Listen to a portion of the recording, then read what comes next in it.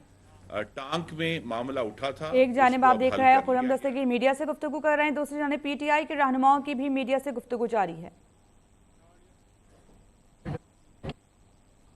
ملک کی ساکھ جو ہے تمام دنیا کے اندر اس کو ضرور مجروح کر رہے ہیں۔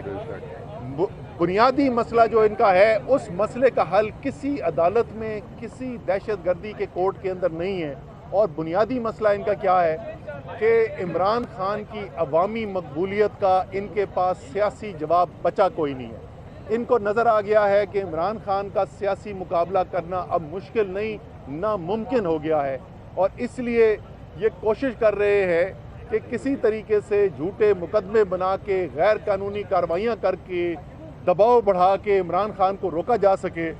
لیکن جیسے مجھے آج سے کو 2-3 دن پہلے ایک شخص ڈرائیور ہے، اس نے مجھے کہا کہ سر یہ جتنا عمران خان کے اوپر دباؤ بڑھانے کی کوشش کر رہے ہیں، جتنا اس کو دبانے کی کوشش کر رہے ہیں، اتنا وہ زیادہ مقبول ہوتا جا رہا ہے۔ تو اس لیے یہ ملک کا بھی نقصان کر رہے ہیں، یہ اپنا بھی نقصان کر رہے ہیں۔ اس حقیقت کو تسلیم کر لیں کہ قوم جو ہے وہ آج عمران خان کے ساتھ کھڑی ہو گئی ہے، اور اگر آپ چاہتے ہیں کہ ملک کے اندر ایک جمہوری نظام ہو جس پر یقین ہو پاکستان کے عوام کا، تو اس کے لیے ایک ہی حل موجود ہے، الیکشن کرائیں، عوام کو فیصلہ کرنے دیں۔ ہمارے خیال میں عوام فیصلہ کر بیٹھی ہے عمران خان کی حق میں۔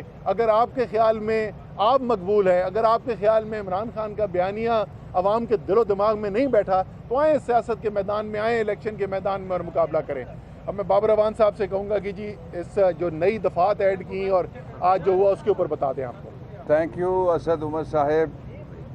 دیکھیے، جب آپ نے پہلی دفعہ بیل اپلیکیشن یہاں سنی گئی تھی، آپ سارے موجود تھے، سارے وہی چہرے ہیں تقریباً۔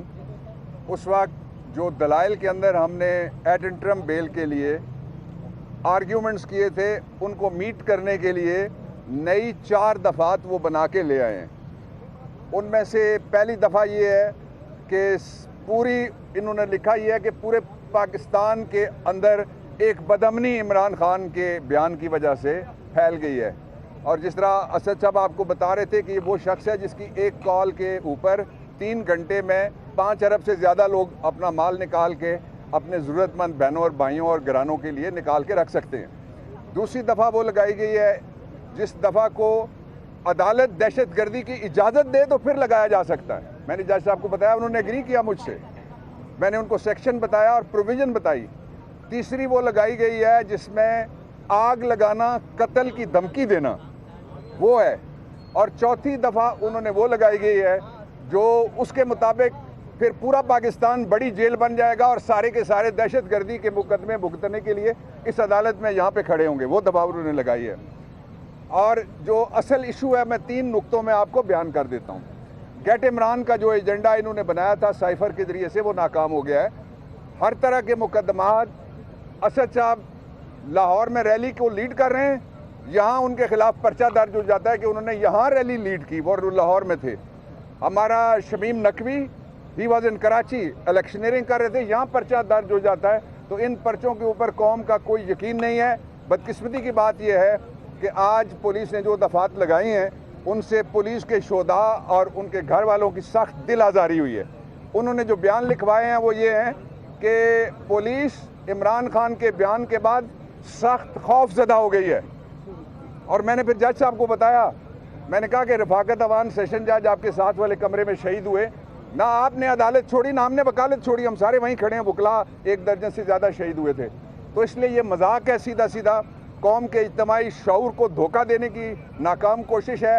اب بھی ان کے پاس وقت ہے کہ یہ اپنے کیسز خود وڈرا کر لیں، اس لیے کہ جو جھوٹے کیسز بنانے والے ہیں ان کے خلاف قانونی کارروائی کوئی نہیں روک سکتا، وہ عدالتوں کے ذریعے سے ہم انشاءاللہ ضرور کریں گے۔ بابروان صاحب، ابھی جو سیکورٹی تھریٹس ہیں خان صاحب کو، اس حوالے سے بھی ذکر کیا جا رہا ہے، آج بھی آپ نے عدالت میں ذکر کیا، کوئی خط آپ کو موصول ہوا ہے یا کیا سیکورٹی تھریٹس ہیں خان صاحب کو؟ سیکورٹی تھریٹ ہمیں لکھ کے بھیجی ہے سرکار نے، اس سے پہلے ایک دفعہ سیکورٹی تھریٹ لکھ کے بھیجی گئی تھی اور اسد عمر صاحب اور میں نے بیٹھ کے اس کا جواب تیار کیا تھا۔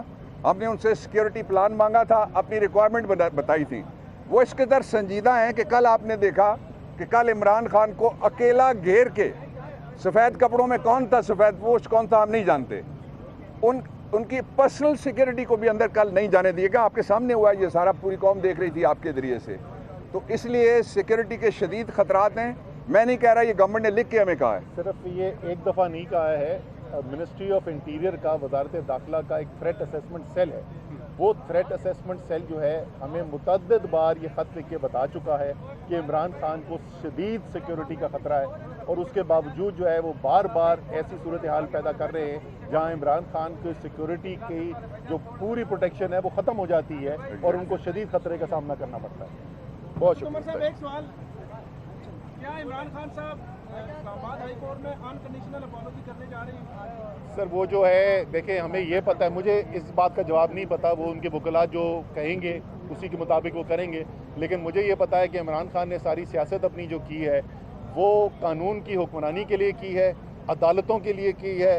عمران خان نے جیل صرف ایک دفعہ زندگی میں کاٹی ہے، اور وہ جیل کاٹی تھی انہی عدالتوں کی آزادی کے لیے۔ تو عمران خان نے ہمیشہ احترام کیا عدالتوں کا۔ لیگل ٹیم نے کیا مشورہ دیا ہے بابروان صاحب؟ لیگل ٹیم کا مشورہ آپ کو پتہ چل جائے بتائیں گے گا عدالت میں۔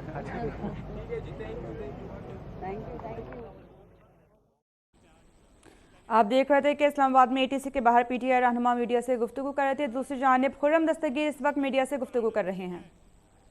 نقصان جو ہے وہ ہوا ہے، میں پھر اس میں کہہ دوں کہ یہ نقصان ہے، یہ توقعات سے کم ہے، اس لیے کہ ان دونوں چیفز نے وقت کے اوپر ایکشن لیا اور ریلے آنے سے پہلے ہی سسٹمز کو بند کر دیا، ورنہ ڈیمیج ہو سکتا تھا۔ اس کے ساتھ اگرچہ صارفین کو تکلیف ضرور ہوتی ہے، لیکن ہمارے وزیر سامنے توانائی خرم دستگیر نیوز کانفرنس کر رہے ہیں۔